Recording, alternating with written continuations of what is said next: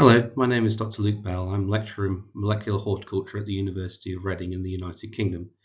This is a screencast of material originally made available for the module Principles of Horticulture and Crop Production from the years 2020 to 2025. Please note that some of the details may now be outdated. So learning outcomes are to describe the origins of pumpkin and squash varieties and name the three main cultivated species. Describe the main morphological differences between those species and give examples of the biggest cultivating nations of squash and pumpkin in the world. Describe some of the optimal growing conditions of a typical crop and how fruits should be stored post-harvest. So pumpkin and squash species are actually thought to be one of the oldest cultivated fruits and vegetables. It's thought that they were first cultivated in Mesoamerica between 8,000 to 10,000 years ago. So they're some of the most ancient species from the Americas that are still cultivated today. So pumpkin and squashes are members of the genus Cucurbita. So Cucurbita species generally grow well in warm weather but can be frost sensitive. Most of these species are annuals, although there is a wild relative called Cucurbita foetidissima, which is a perennial type, and that's seen in this slide here. So the primary species of economic importance are Cucurbita pepo, Cucurbita moschata, and Cucurbita maxima. So these all have diverse and overlapping appearance traits, which makes telling them apart by their fruits alone quite difficult, and I'll go on to explain a little bit about that in a moment. But generally, summer squashes are defined as fruits which are harvested at the immature stage, and winter squash types are those which are harvested at a mature stage. So if we look at Cucurbita pepo, so this is a diverse species of many different types and includes types which could be described as being pumpkins, winter squashes, summer squashes and gourds. So they have a whole range of fruit characteristics which some can look like pumpkins, some can look like squashes. So they're all the same species but have a very high diversity in terms of their appearance. Then we have Cucurbita moschata. So this is probably best known as the butternut squash. So that's seen in this slide here. And then we have Cucurbita maxima, which is perhaps best known as the giant pumpkin. So these are the types which are grown to very, very large sizes and typically entered into competitions for vegetable growers. Then we have Cucurbita angiosperma, which is cultivated commercially, but only makes up a very limited and less economically important part of the market compared to the other three species. So in terms of determining the characteristic differences between those species, it can be quite difficult, but there are certain traits which are specific to each species according to their leaves, their fruit stems, and also their seeds. So I'm not going to go through everything in this table, but just to give you an idea of the range of characteristics and how you might want to be able to tell the difference between a different pumpkin and squash species using this kind of table.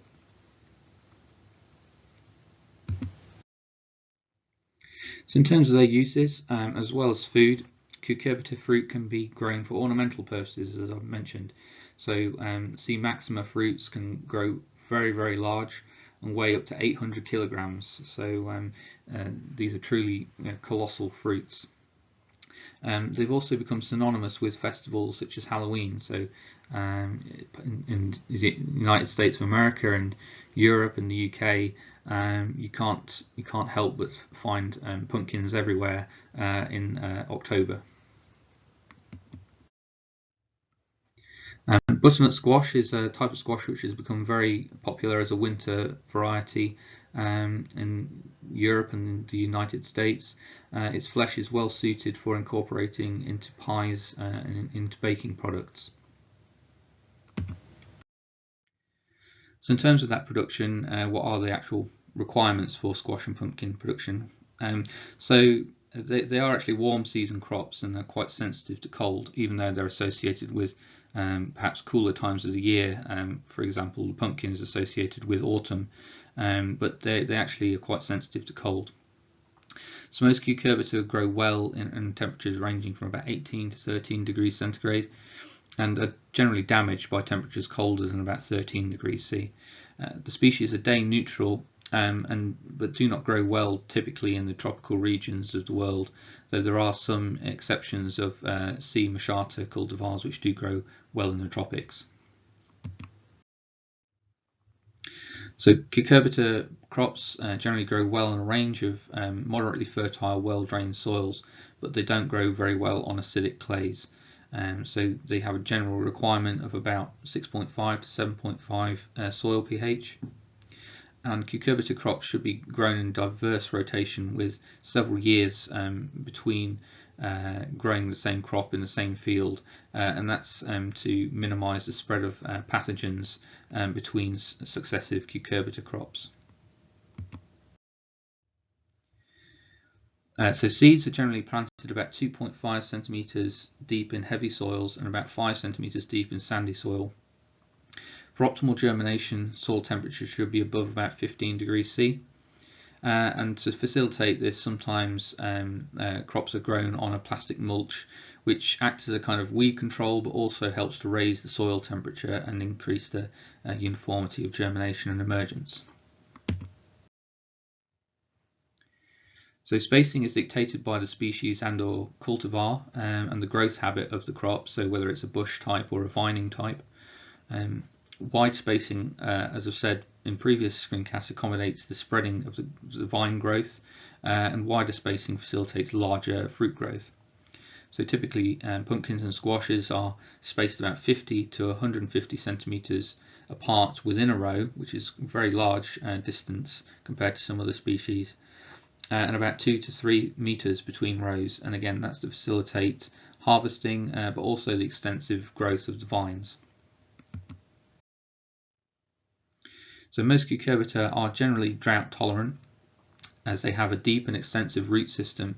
However, to get the best quality fruits, they do require additional irrigation, so they may need up to 900 millimeters for a higher crop, especially if they're grown on a sandy soil type. So the nutrient requirements for pumpkins and squashes are generally modest, but as with the other Cucurbitaceae family of plants that we've looked at in the last few screencasts, they do generally take up quite a lot of nutrient from the soil, though that again does vary according to soil type. So nitrogen and phosphorus are generally the most required nutrients, and are essential for good early growth, particularly in cool soils.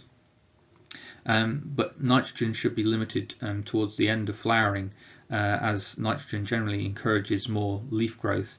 So by holding back nitrogen at that time, it encourages the development of fruits. So flowering and pollination, so like watermelon, squash and pumpkin are monoecious, so they have separate male and female flowers. So that means they need to be pollinated by insects. And flowers only open for a very short time before closing and senescing. So that senescing means the flowers essentially dry up and fall off if they've not been pollinated. So bees are the most effective pollinators, as with the previous crops we've looked at, and it generally takes between 10 and 15 bee visits in order to fully pollinate one flower. So it's quite a high requirement for bees, and therefore the bee colonies must be well maintained within a crop. So in terms of harvesting, summer squash, as I mentioned before, are defined by the fact that they're harvested immature. So fruits are harvested at about 40 to 50 days after planting. So this is timed so that the seeds have not yet developed inside the fruits, and the size and shape and colour of the fruits will vary according to the specific market. And plants can generally be harvested several times if the plant continues to flower. So multiple passes of a crop will yield multiple harvests. So pumpkins and winter squashes are generally harvested between 80 and 150 days after planting, and the fruit should be fully mature by that time. So the majority of cucurbita are harvested by hand, but though it is possible to harvest them mechanically, as is seen in this slide, where the pumpkins may be going for processing, for example. But that's generally an exception rather than the rule. Most fruits are harvested still by hand. In terms of storage, summer squash has a short shelf life of around about 7 to 10 days, as it has quite a thin and underdeveloped skin compared to the winter types. It should be stored at around about 13 degrees C in order to avoid chilling injury. So despite their hard skin and tough rinds, winter squashes and pumpkins are susceptible to damage post-harvest, so they can crack and they can become bruised.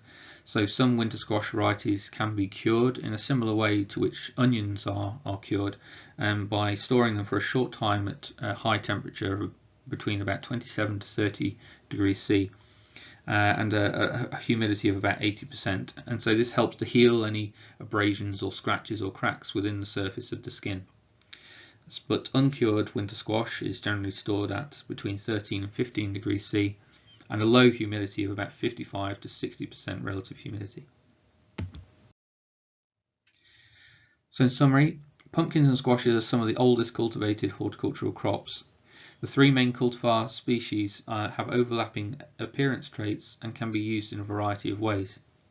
China produces the largest amount of cucurbita globally, but regions of the Ukraine and Russia are highly productive. Cucurbita prefers warm weather and is sensitive to cold. And like melons and watermelons, flowering and pollination is a critical time for productions, and pollinator populations must be well maintained to produce a quality crop. Summer squashes generally have a short shelf life, but winter squashes and pumpkins can be stored for much longer.